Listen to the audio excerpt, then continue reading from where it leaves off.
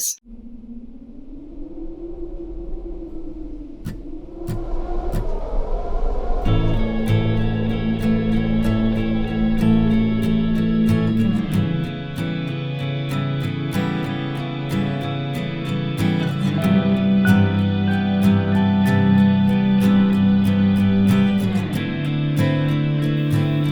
Thank you for listening to the Plain State Podcast, a production of the Department of English at the University of Nebraska-Lincoln. This special episode was produced by the Nebraska Writing Project for the National Writing Project National Park Services Partnership.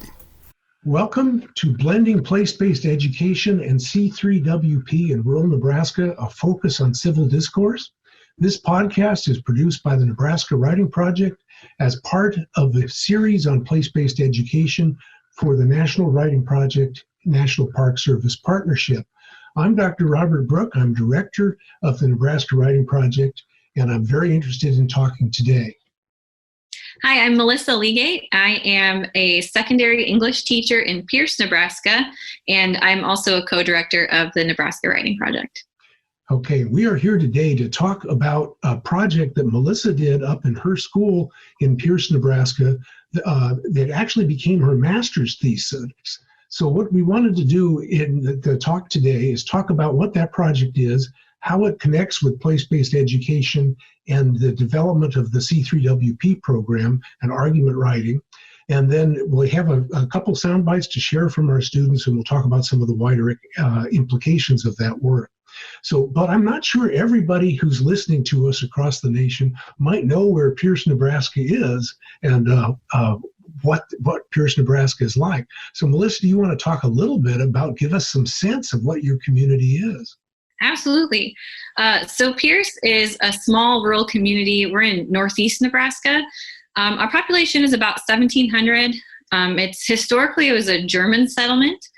And up in the area of the state where we are, a lot of communities are smaller like ours, but we do neighbor one of the larger communities that's in our part of the state, which is Norfolk, Nebraska. There's about 25,000 people there.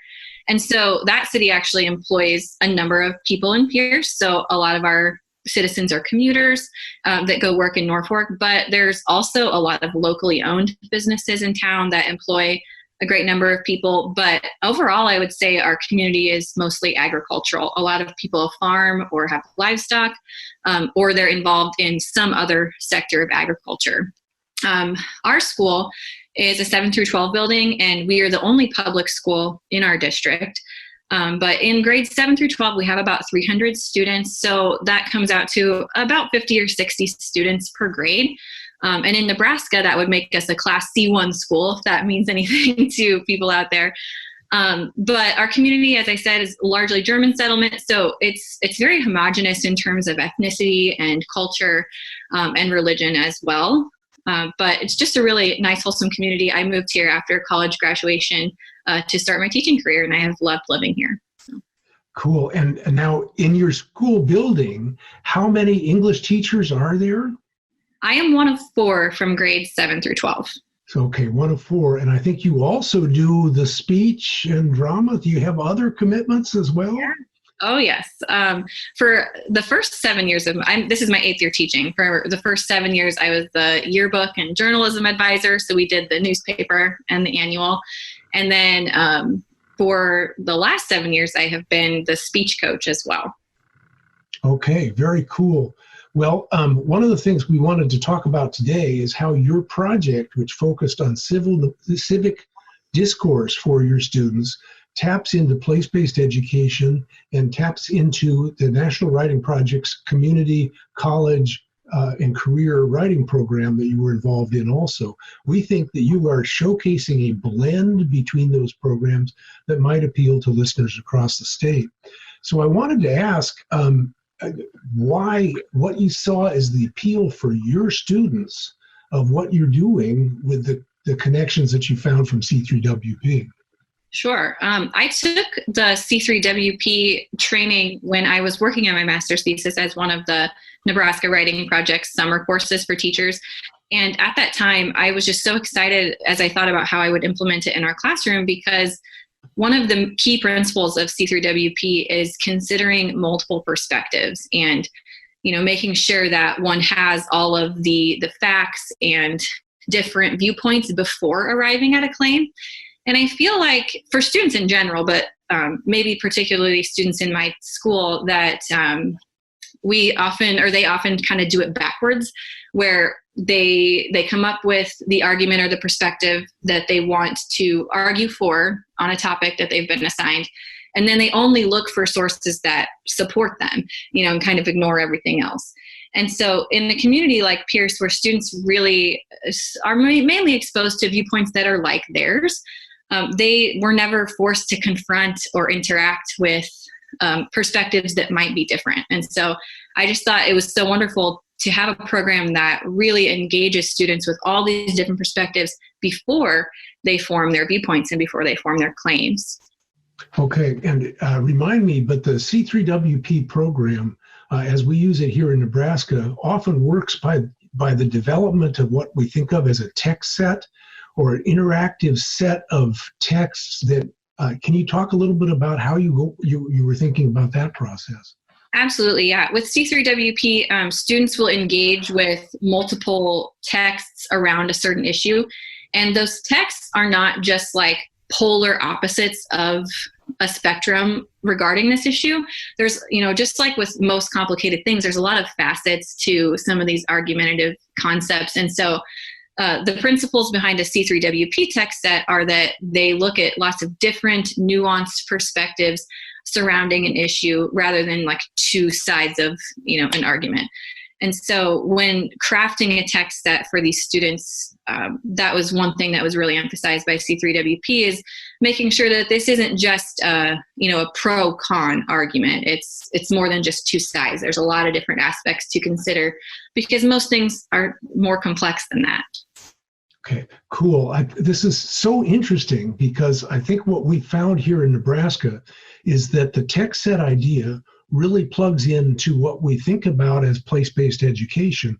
When we do place-based or place-conscious education, we are moving students into the community, engaging directly with community projects that are going on around them. And immediately what they find themselves in contact with is a variety of perspectives from the community members themselves, often about the issue that they are facing and going on with that. So what we think that place-based education and C3WP blend relatively naturally to try to create an idea of what we call in place-based education an informed and active citizenry. I have on my desk, I have an old copy of Rural Voices, Place-Based Education in the Teaching of Writing, which we produced here in Nebraska back in around 2000. And there's a little paragraph about the kind of citizen that we're hoping to develop through place-based education. I think is really germane right here because it speaks to how it is the multiple perspectives of C3WP text sets might apply to real-world community engagement that we've got. So here's a quote. It's a paragraph long. Be forewarned about that. Here goes. Place-based education is aimed at a specific kind of citizenry. Place-conscious citizens should be people who can live well in interdependence. That is, people who know enough about their natural and cultural region to fashion lives that enhance the communities located there. Place-conscious citizens are locally active, engaged in community decision-making for their region through their work, schools, local government, and civic organizations.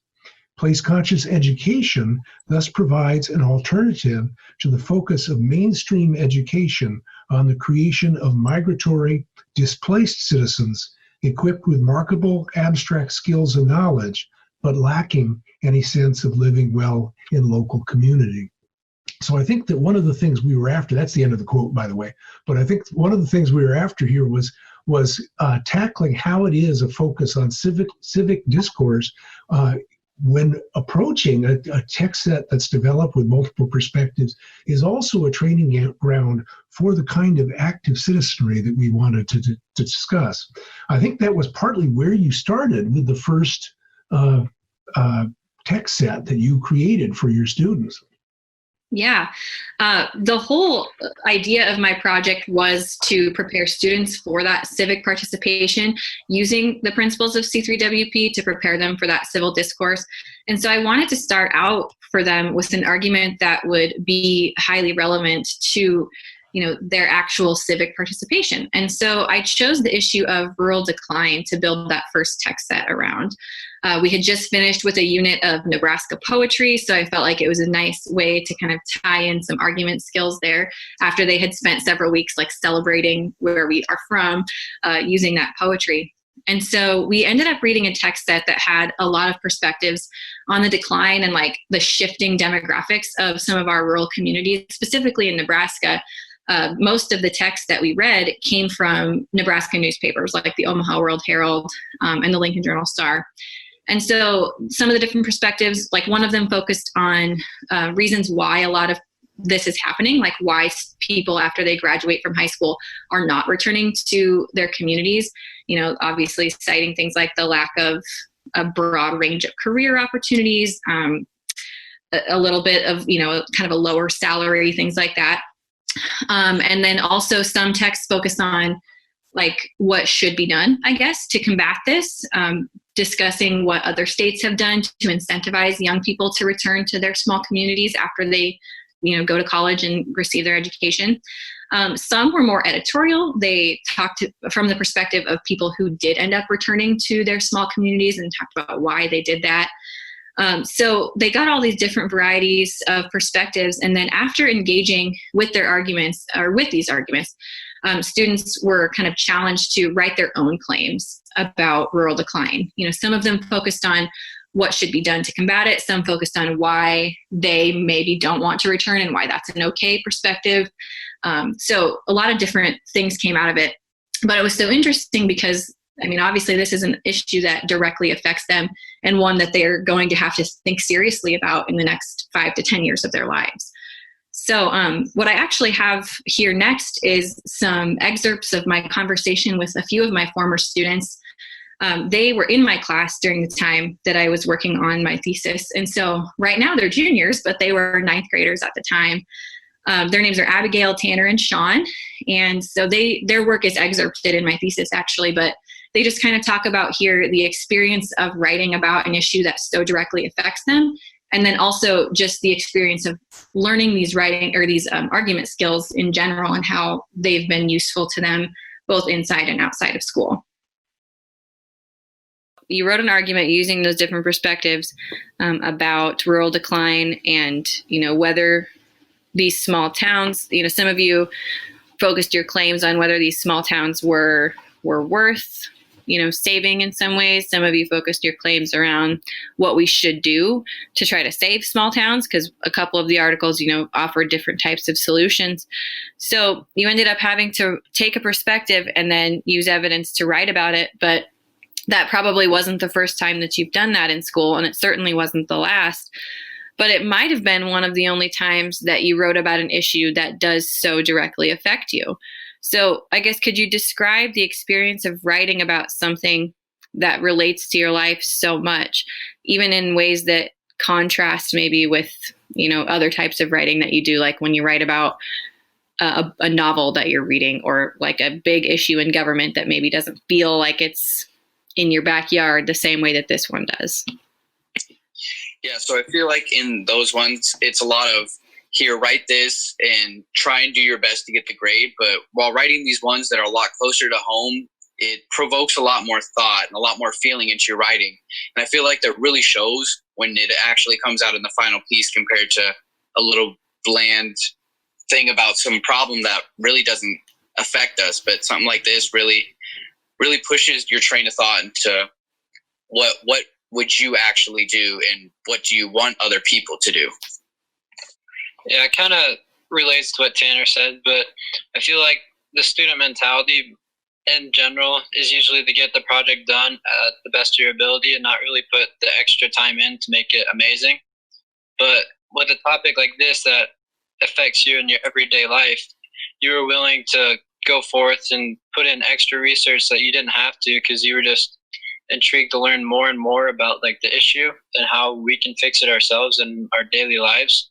So I think everyone in general is willing to put a lot more work into this rural decline essay because it affects you so much in your everyday life instead of just being a paper. I think I was definitely more conflicted about writing this essay than I have been in past ones, just because I wasn't quite sure what I wanted, like what I believed or what I thought. But I think overall, compared to writing other essays, I think I got more out of this than like writing essays about books or novels, because it's something that affects me every day. And I mean, I use what I learned from that essay even now when I view like rural areas. So I think I've just learned a lot more from that, and I've applied it to more aspects of my life than I may have in other essays.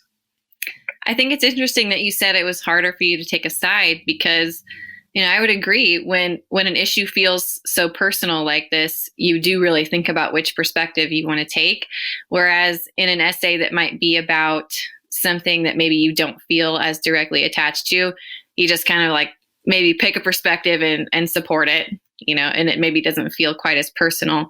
So it's not as difficult maybe to decide which viewpoint you want to adopt. So I guess I can just open it up. Is there anything else that you feel like someone listening to this podcast about argument writing, and specifically about place-based argument writing, like anything that you think those people would want to know?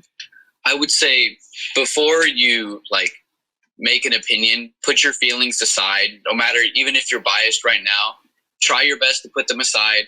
Learn all the facts that you can, take everything into account, even if it hits you so personally, because you may be missing something. And so get the facts first, and then base your opinion on the facts. I think if you're trying to write a paper, just try to look at it from as many perspectives as possible, and maybe you'll get insight on something else you want to write about. See yourself in someone else's shoes, see yourself with your personal stories and what you've experienced in life, and then just look at it trying to think about nothing that you've had in life and just off of the papers. And then eventually when you put it all together, you can use all those viewpoints to make your argument a lot stronger.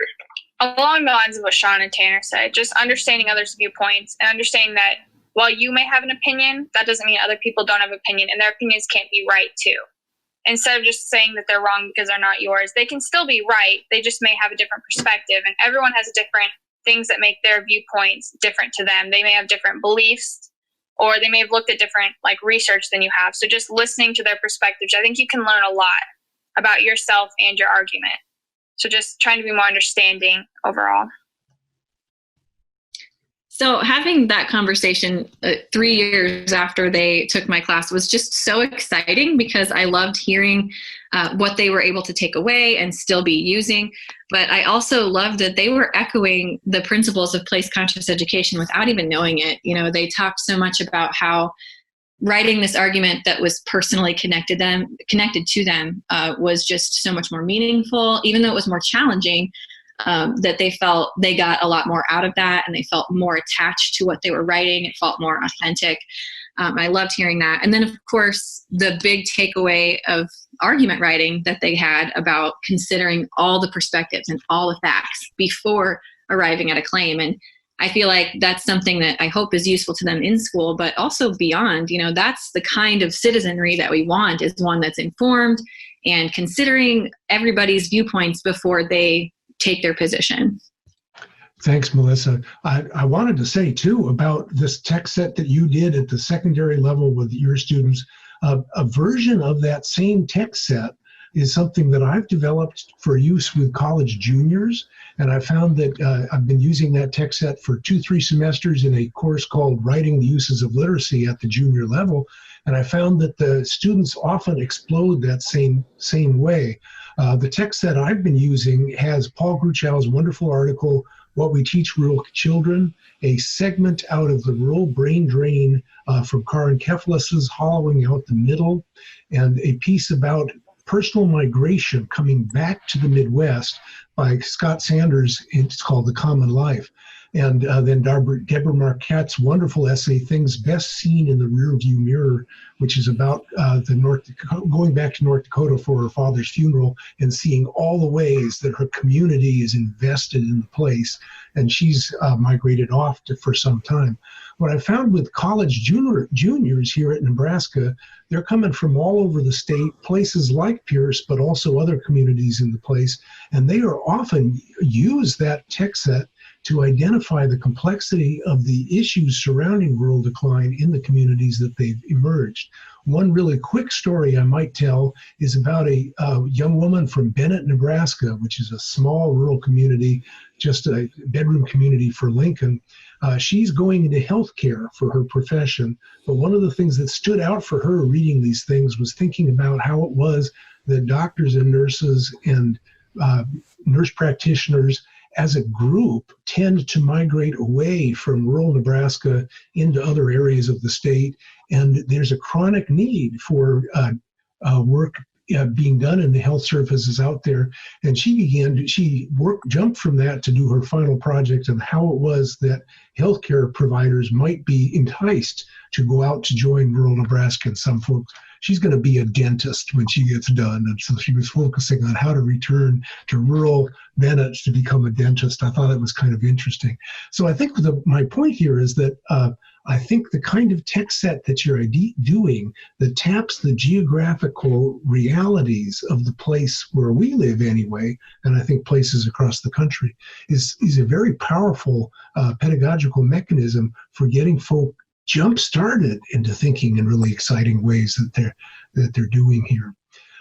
But your project didn't end with with the rural decline text set. You guys went on from there.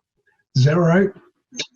Absolutely. So because the focus of my thesis was this argument, I wanted to continue on with those skills as well. So after we tied in this rural decline argument with the poetry unit, our school's curriculum for 9th grade then has the Odyssey and Romeo and Juliet coming up next. And so I thought, even though those maybe didn't feel as place conscious, we could still practice the principles of C3WP as we did those particular literature units. And so we did some mini unit arguments that kind of tied thematically to both of those texts. That way, students weren't losing the concept of, writing a nuanced claim and using those multiple perspectives to illustrate your claim or to counter it or something like that. So they were still allowed to practice those writing skills, even though we weren't back in that world of place consciousness. And then from there, we ended up in our final project, which was a research project. And so I wanted to tie that back into place consciousness. So what we had done right before that, I forgot to mention this one after Romeo and Juliet, but we had read a Holocaust literature unit. And so I tied in thematically a short text set on protests and whether that was like an effective means of civic participation. And from there, then we kind of started asking ourselves, now what kinds of issues are in our communities that we might want to do something about, whether it's protesting or some other sort of civic action or participation. And so after asking ourselves those questions, we had this whole list on our whiteboard of different issues that affected the students at a very, very local level, like in school, to broadening out a little bit to our town, to our state, to our county, and then some that were a little bit more, global or national. And then students picked one that they felt attached to, particularly to research, and then build their own text set that encompassed lots of different perspectives on that issue. So one that really stood out to me was a student named Dylan. He ended up writing his argument on our local recreation area, Willow Lake. So we have a beautiful, big giant lake that attracts a lot of people every year to boating and fishing and jet skiing and swimming and all of that great stuff. And so every year, though, because we're in an agricultural community, we find that it gets these blue-green algae blooms that get so high that they're to that toxic level. And so they end up putting in a lot of restrictions on people like swimming in the lake. it ends up maybe harming some of the wildlife in the area. So Dylan his dad worked closely with people at Willow Lake. And he's also a hunter, so he's a very, conservationist minded kid. So this definitely stood out to him, this issue.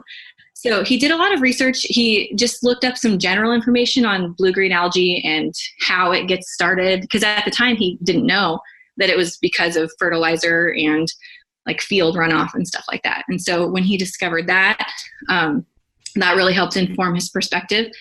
And then one of my favorite pieces of research that he did was an interview with Willow Lake Superintendent. So he actually sat down with him and got a lot of information about Willow itself and how much it brings into our community revenue-wise, what people in our local community have done about this or to try to combat this issue. So he ended up finding out that Willow brings in about $100,000 to $200,000 of revenue to Pierce annually. But the superintendent of the lake told him that this is really heavily impacted when the blooms get to that toxic level, because then, if you can't swim in the lake, nobody's going to come. So he ended up, once he found out all of this different information, he ended up making the argument that some solutions involving like keeping cattle out of creeks that feed Willow, and then encouraging farmers to do things like plant cover crops that would kind of lessen the field runoff should be put in place. And he found a lot of this information in his interview with that lake superintendent, who had told him that the Nebraska Game and Parks actually offers financial incentives to farmers sometimes to keep their cattle out of the creeks and stuff like that. So he proposed that more of that kind of stuff needs to happen.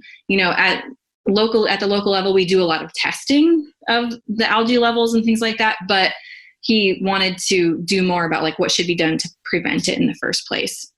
But I just thought it was so interesting because he's an ag kid. He's really, really involved in FFA at our school. But he's also, like I said, very into hunting and fishing too. And so I just love that his argument was so nuanced to the point that it valued the conservation of Willow, but it didn't vilify the farmers either. And actually his solution ended up being something that could benefit them too. Yeah. Now remind me, were her parents farmers? His parents were not, but his extended family, like grandparents, are. Okay. Yeah. So did he report to you having conversations with his extended family about the issues that he was finding out? He did talk a little bit about how this just changed his viewpoints on things quite a bit after he had all of the information. So it was just interesting to read his author's note about, how he went about discovering this information and how it really opened his eyes to things that he didn't know before. And it was just interesting to him because it's an issue that, once again, is in his backyard. And so one that we hear about every summer, now we can't go to Willow because this week the blue-green algae is back, So a lot of people maybe want to have opinions on it, but don't have all the information. And so he felt now he had all that information that he understood the nuance of this problem so much more. Right. And the nuance is connected to having different people who are real people in the community having different stakes on the argument, on the decision, what they're going to do. If you're telling me, and I'm a farmer, that I've got to keep my cows out of the darn creek, and that's what I've been using to get them watered, that's kind of an issue for this. I'm reminded by your story of the kind of opening up of local controversy that, especially in small rural communities in the Midwest here, often go underground, that get exposed by the kind of projects like this that we're doing. I'm remembering a project that my colleague Sharon Bishop did in Henderson around the center pivot irrigation system that is all across Nebraska, and the degree to which the center pivot irrigation system is drawing from the aquifer. So the questions when young people began understanding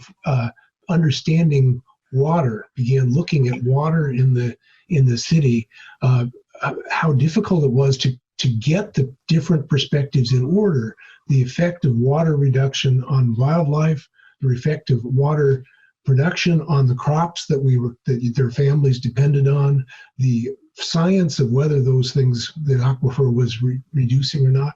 These were all huge issues, and they could connect them right to adults in their community that in the privacy of their own interviews had very strong opinions that often conflicted with other people in the community.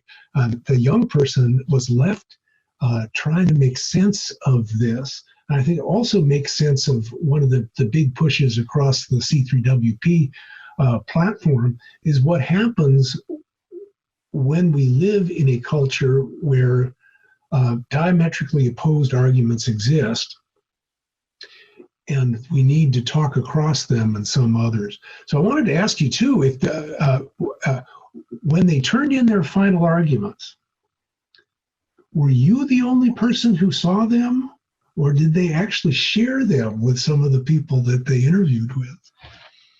In a lot of cases, I probably was the only one. I know for this one that the student did end up sharing some of his work with the guy who he interviewed as a thank you for, helping him get so much of his research done. But yes, and that is definitely a step that I want to take, but it's thinking about how to do that in a way that students don't feel nervous, I guess, to share their real perspectives, because again, it is kind of scary in a community like ours where your viewpoints are largely the same to maybe be a dissenting voice. Yeah, and that issue of going public with dissension, which I think connected with the protest stuff that you were doing right before this. It's very, very interesting work. Okay, in the C3WP program that you studied and worked with, how does C3WP make the case for having us go public with our claims at the end of that? Sure. So C3WP really wants to create authentic writing for students. And I think that is part of the authenticity, is focusing on audience and writing for a real people and a real purpose. And so I know that several of the mini units do talk pretty heavily about that concept of understanding your audience and using what you know about them to build your argument. And, even when you're sharing your perspective, how to do that in a way that's not going to turn your audience off and things like that. Those are skills that are built into the C3WP curriculum. So it's definitely something where you do want to encourage students to share their work. And so it's not just written in a vacuum. Thanks, Melissa, for that description. I'm interested in how the work that your students did, who the audiences was for that, because you're kind of talking about that through the C3WP program. In your class, I'm not sure this class, they necessarily had the opportunity, except by individuals, to go out to connect with adult audiences in the community. But I'm wondering about how you might imagine context that you could create in and around the school itself that allows students to share their research projects with the adult constituents that are part of what they're doing.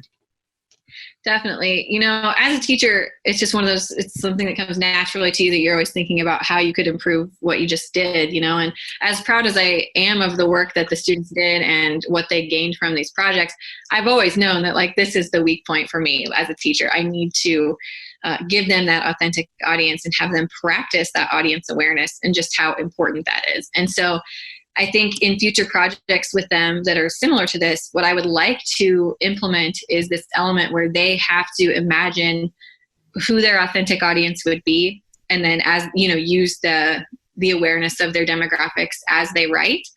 And then from there, once they've selected that audience, because it is going to vary widely depending on what the student's project is, then they would actually present their work in some way to their constituents. So I had some students write about very microcosm type things that were just within the school.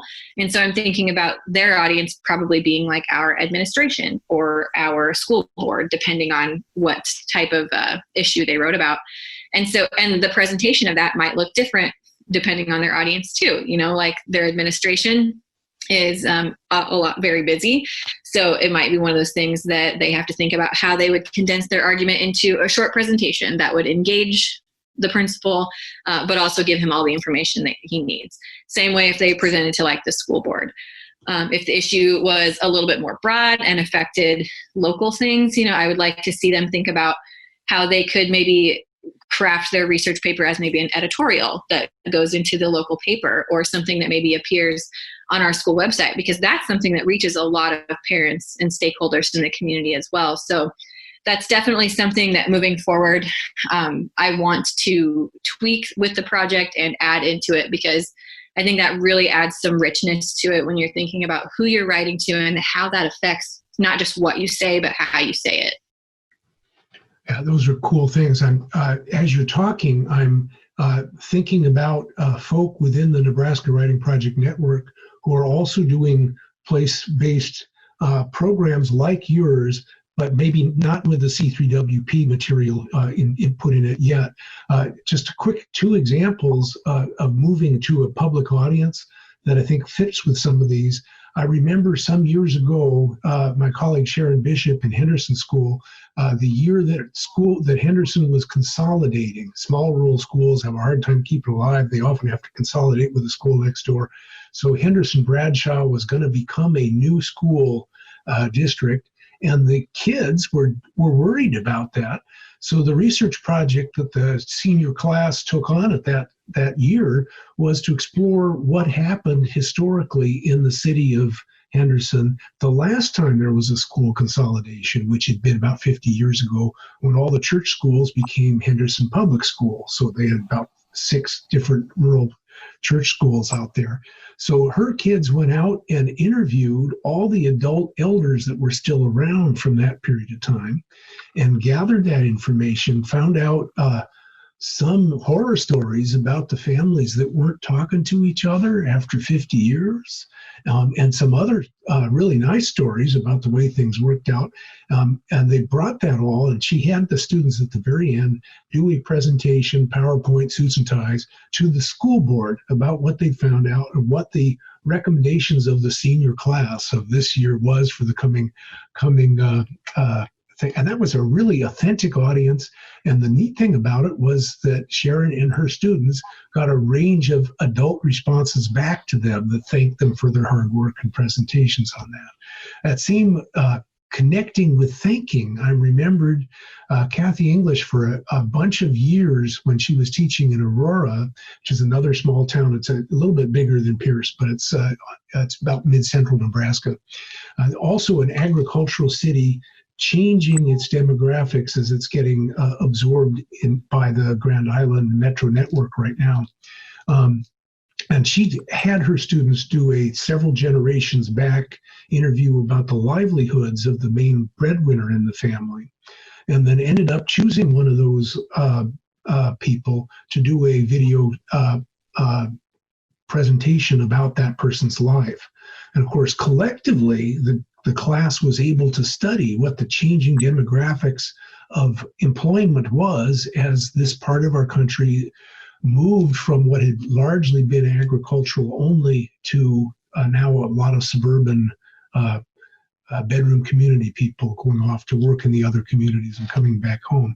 But again, when they were able to showcase those profiles of the family elder to the community, outpouring of love and affection from the community, because there was something really, really happened that went on in some ways. So I'm interested in the ways that the C3WP work that you're doing in Pierce might connect with the connection to actual audiences in the communities that already exist. I don't know. Those are some of the thoughts I had at this point. I think that's great. My wheels are already spinning, as I'm thinking about, okay, how am I going to do this next year? Because it does add like even an extra level of engagement. As engaging as the students already find this project, like I can't imagine how much more invested they would feel in presenting a really quality product if they knew, a real audience was going to see it, not just Mrs. Legate. Yeah. It's sort of exciting, that extra layer of audience that comes in. I think that's also part of C3WP's push towards making nuanced claims go visible into public and civic discourse, where we need discourse, which is not just shouting at each other, but in fact engaging in nuanced thinking about that. And I think the work that you're doing here is connected to with other folk in our network who are trying to develop place-based tech sets around local issues. So not just the ones that are part of the training program for C3WP, but about local issues. It seems to me that you worked with some of the people who are doing this too. Yeah, absolutely. The rural decline tech set particularly that was used in my class was actually developed by a colleague, Adam Hubrig, when we were taking that initial course over the summer where we learned the C3WP program, because each of us developed some units that like we imagined we might use in our class. And that was one that he presented to us on. And as a rural educator, I was just like, oh yes, I have to use this because kids are going to really latch on to something like this that is just so important to their actual lives. And so I was really excited to be able to use the text that he had curated around this issue. And then, of course, C3WP teaches those principles of how to create, the nuance when you're making those text sets. So from his example and then the other training, I was able to feel a lot more confident going ahead in making other text sets that fit into my curriculum thematically. Yeah, Adam's a great example there. I'm thinking too of our colleagues at Lincoln East High School who developed this semester, we're recording this in the COVID-19 semester, and they developed a text set based around a variety of approaches to COVID-19 that, as we all went on to online teaching, I think that would have been amazing and exciting for the students. I've talked with Adam too, and he's experimenting with having his students be shown what a text set is, and then on a civic issue in the community that they are potentially passionate about, to create for each other text sets that they think represent the variety of stakeholders that are approaching whatever it is in the community. Now, Adam is a college teacher that teaches often sophomore college writing. I'm not sure whether that translates in, but I've been very excited about that kind of process that we're going on. Okay, general people, I think we're reaching the end of our time, and I wanted to sort of end this podcast by pointing to some of the work we've done. This podcast has largely been trying to articulate how it is that the C3WP text set argument-based nuanced claim approach fits intimately with place-conscious education, with the community engagement that we see that are going on. One of the place-conscious principles that I find I come back to over and over again is that to do place-conscious work, we are asking young people to engage over and over again in celebration and critique of their local place, to pick out what's really valuable about their experience there and all the people and aspects of the local place that really make that place valuable, and also what needs to be critiqued in the local place if their local community is going to survive and thrive into the generation that moves forward. It seems to me that the work we're doing with place-based education and C3WP is a tool to have us join those two things together. And I'm really excited about the potential for that. So thank you all for listening to this podcast. And I hope you've enjoyed listening to it as much as we have enjoyed putting it together. Goodbye for now. This is Robert Brooke for the Writing Project signing off.